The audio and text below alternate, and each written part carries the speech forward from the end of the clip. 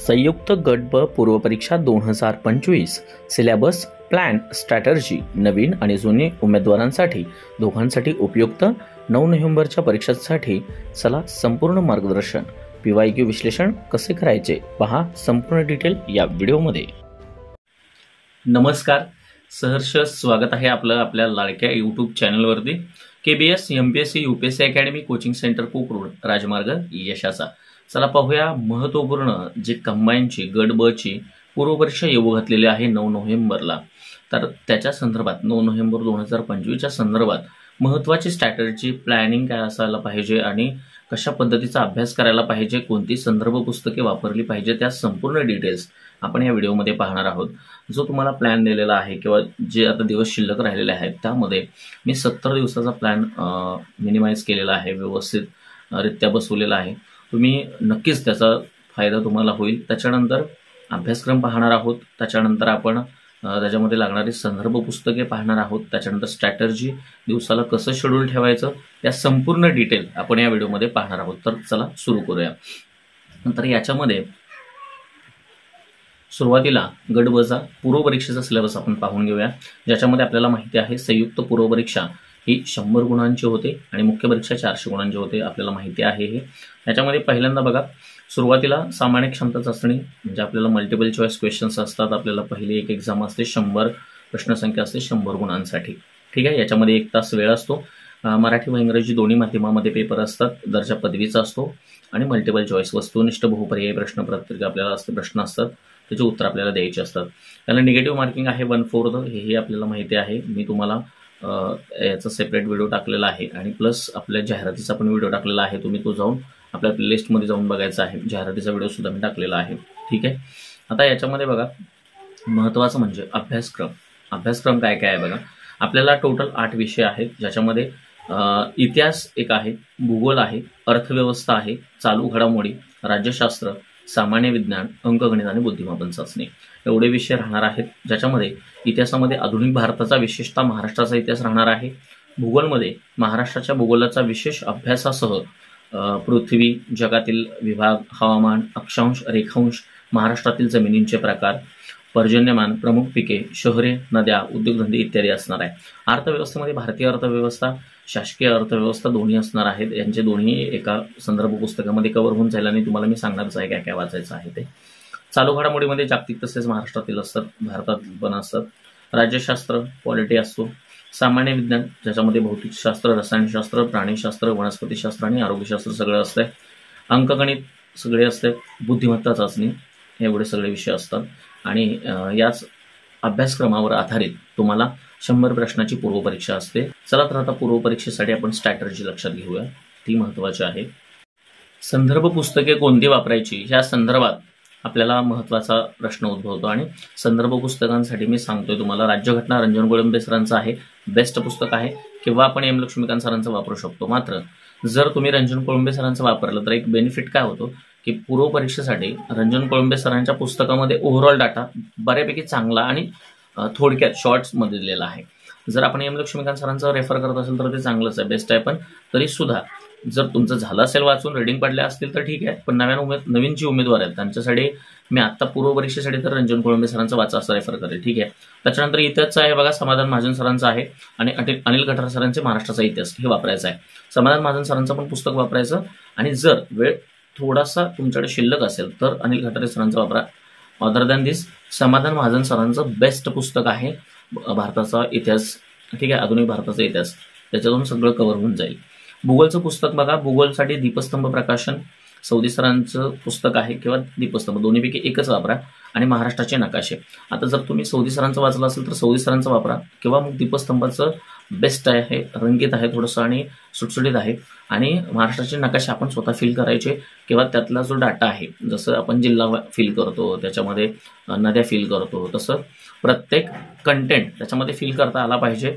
असे महाराष्ट्राचे नकाशे सुद्धा तुम्ही फिल करायचे आहेत आणि ते तसेच पुट फॉरवर्ड करायचे आहेत, ठेवायचे आहेत तुमच्याकडं, त्याचं मल्टिपल टाइम प्रॅक्टिस झालं पाहिजे। तसेच भारताचे काही नकाशे तुम्ही प्रिंट करायचे आहेत स्वतः, ठीक आहे। त्याच्यानंतर विज्ञान बघा, विज्ञानमध्ये 8वी 9वी 10वीची पुस्तकं वापरायची आहेत, मस्ट आहेत स्टेट बोर्डची। आणि सचिन बस्के सरांचं पुस्तक वापरायचं. आता याच्यामध्ये अजून एक ॲडिशनल विषय असा आहे की कोणी कोणी लुसेंट रेफर केलेलं आहे, NCERT सांगितलेलं आहे, पण माझं एक मत आहे लुसेंट किंवा NCERT हे दोन्ही जे कंटेंट आहे बुक आहेत किंवा NCERTचा जो सारांश आहे असा जर सारांश भेटला तर ते पुस्तक NCERTचं बेस्ट आहे स्टेट बोर्डचं.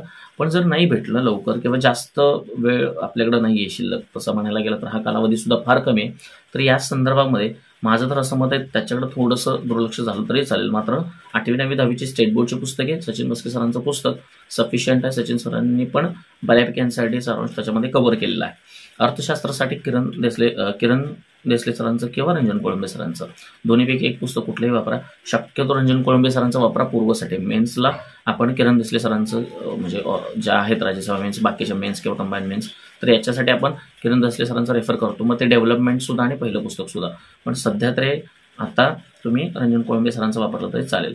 चालू घडामोडी हा एक महत्त्वाचा टप्पा असतो. यशाच्या परिक्रमांची जी मासिकं आहेत गेल्या 6 महिन्याची किंवा 8 महिन्याची तुम्ही रेफर केली असतील तर मासिकच परत मॅगझिन रेफर करा तरी चालेल. नसेल तर सिम्प्लिफाईडचं एअरबुक घ्यायला अजिबात विसरायचं नाही. सिम्प्लिफाईडचं एअरबुक तुम्ही रिव्हिजनसाठी घेऊ शकता आणि ते रिव्हिजन मारू शकताय, ते फार महत्त्वाचं आहे. आता चालू घडामोडी झालं, त्याच्यानंतर गणित बुद्धिमत्तांसाठी बऱ्याच जणांचे बॅचेस चालू आहेत. सचिन डवळे सरांचे आहे, अरगडे सरांचे आहे, बऱ्याच बॅचेस आहेत. तुम्ही त्याच्यातून करू शकताय किंवा प्रिव्हियस इयर जे क्वेश्चन पेपर आहेत, मागील वर्षाच्या ज्या प्रश्नपत्रिका आहेत, किमान 5-6 वर्षाच्या प्रश्नपत्रिकेमधलं मॅथ्सचं किंवा रिझनिंगचं टोटल गणित बुद्धिमत्तेचे जेवढे प्रश्न आहेत तेवढे सगळे प्रश्न सोडवायचे आणि त्या संदर्भात कुणाचंही पुस्तक घ्या, त्याच्यातले त्या टाईपमधले गणित आणि बुद्धिमत्ता सोडवायचे. त्याच्यामध्ये हलगर्जीपणा करायचा नाही, ते फार महत्त्वाचं आहे. आता आपण मुख्य जो मेन मुद्दा आहे स्ट्रॅटर्जी कशी असावी किंवा काय, तर त्याच्याकडे वळूया. त्याच्यामध्ये बघा पहिल्या मी 70 दिवसात तुम्हाला म्हटलं तसं केलेलं आहे. डे 1 to डे 25 म्हणजे 1 ते 25 दिवसामध्ये काय काय करायचं आहे. सकाळी 3 तास तुम्ही कुठलाही विषय राज्यघटना किंवा इतिहास हा घ्यायचा आहे आणि दुपारी 2 तास भूगोल किंवा अर्थशास्त्र घ्यायचं आहे. ठीक आहे, म्हणजे इथं 2 तुमचे सब्जेक्ट होत आहेत. संध्याकाळी 2 तास रिझनिंग प्लस गणित दोन्ही घ्यायचं, 1-1 तास घ्यायचं, गणित 1 तास घ्यायचं आणि बुद्धिमत्ता 1 तास घ्यायचं आणि झोपण्याआधी करंट अफेअर्स घ्यायचे. झोपण्याआधी करंट अफेअर्सची रिव्हिजनच चालू असावी तुमची. आणि जर आता नवीन वाचत असाल तर सिम्प्लिफाईड एअरबुक वाचायला घ्यायचं, नाही तर मासिक असले वाचलेली तर मासिक परत रिपीट करायची तुम्ही. ठीक आहे, त्यानंतर बघा दुसरा टप्पा जो आहे 26 ते 50 दिवसामध्ये काय करायचं. ठीक आहे, हे तर झालं सकाळी 3 तास राज्यघटना, इतिहास किंवा भूगोल किंवा अर्थशास्त्र या दोन्हीपैकी विषय घ्यायचे. शक्यतो राज्यघटना आणि इतिहास एकत्र घ्या आणि भूगोल आणि अर्थशास्त्र एकत्र घ्यायचं, दोन सब्जेक्ट वाचायला. रिझनिंग प्लस करंट हे झालं. ठीक आहे, करंट अफेअर्स तुम्ही झोपण्याआधी घ्यायचे. दुसरा टप्पा जो असेल आपला 26 ते 50 दिवसांचा असेल, ज्याच्यामध्ये काय करायचं बघा ॲडव्हान्स स्टडी प्लस MCQचं करायचं आहे. याच्यामध्ये आता काय करायचं, सखोल अभ्यास व प्रश्न सराव प्रत्येक विषयावर स्टँडर्ड प्लस स्टेट बोर्ड. आता स्टेट बोर्डची जी पुस्तकं आपण वाचतोय ते एक आहे आणि स्टँडर्ड बुक्स म्हणजे आपण जी संदर्भ पुस्तकं आता सांगितली ती वाचायची आहेत.